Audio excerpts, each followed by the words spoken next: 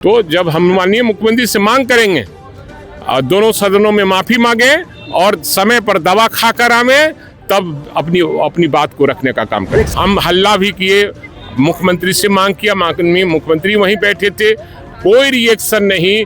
हम लोग बेल में भी गए, कोई रिएक्शन नहीं, तो हम लोग अंतिम में वॉकआउट करने का और कि सदन बाइकआउट कर दिए हैं आप सब। देखिए, सदन बाइकआउट करना हमारा लक्ष्य नहीं था, लेकिन सदन में हम हैं और विरोधी पक्ष में हैं। बिहार में जो घटना घटित हो रही है, महिलाओं के साथ, बेटियों के साथ बलात्कार और हत्या का दौर चल रहा है।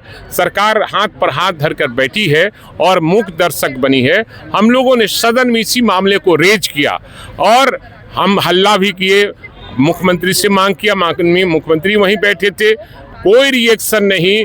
हम लोग बेल में भी गए, कोई रिएक्शन नहीं, तो हम लोग अंतिम में वॉकआउट करने का और आप लोग के माध्यम से संदेश देने का काम किया है कि जिस तरह से बिहार में बेटियों के साथ का बलात्कार हो रहा है, महिलाओं का बलात्कार हो रहा है, हत्या का दौर चल रहा है, तो कब ये सरकार के कान पर जू रेंगेगा, ये हम लोग पूछना चाहते थे।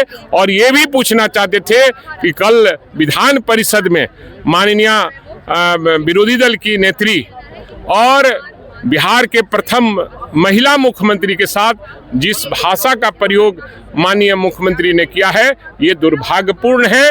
और नेता विरोधी दल विधानसभा में भी किस तरह से भाषा का प्रयोग, तो जब हम माननीय मुख्यमंत्री से मांग करेंगे दोनों सदनों में माफी मांगे और समय पर दवा खाकर आवे, तब अपनी बात को रखने का काम करें। श्याम रजक जी बोल रहे हैं कि देवर भाभी का रिश्ता है, इसलिए तो देखिए किस प्रकार से विपक्ष जो है सदन से बाइकआउट कर जाती है और भाई वीरेंद्र जो है वो अपनी बातों को रखते हुए नजर आते हैं। उनका इसे भी कहना है कि नीतीश कुमार को दवा लेनी चाहिए। जी हाँ, दवा लेने तक की बात कर रहे हैं। मानसिक स्थिति को लेकर भी कई तरह के सवाल, और साथ ही कल जो विधान परिषद के अंदर नीतीश कुमार के द्वारा जो राबड़ी देवी को लड़की शब्द से संबोधित किया गया, जिसको लेकर जो है विपक्ष जो है हमलावर है और सदन से जो है वो बाइकआउट कर गई है और सीधे तौर पर ये भी कह रही है कि माफ़ी मांगे, वरना इसी प्रकार से सदन से इसी प्रकार से बाइकआउट किया जाएगा। बाकी आपको छोड़े जाते हैं भाई वीरेंद्र के तमाम बयानों के साथ। देखिए, सदन बाइकआउट करना हमारा लक्ष्य नहीं था,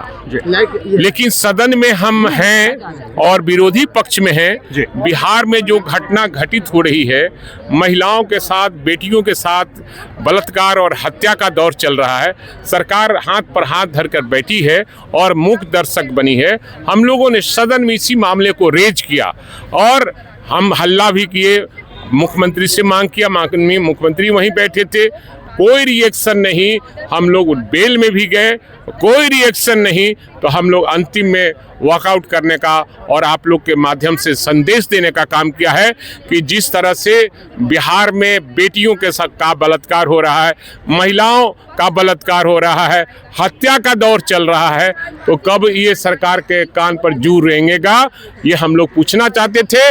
और ये भी पूछना चाहते थे कि कल विधान परिषद में माननीय विरोधी दल की नेत्री और बिहार के प्रथम महिला मुख्यमंत्री के साथ जिस भाषा का प्रयोग माननीय मुख्यमंत्री ने किया है, ये दुर्भाग्यपूर्ण है। और नेता विरोधी दल विधानसभा में भी किस तरह से भाषा का प्रयोग माननीय मुख्यमंत्री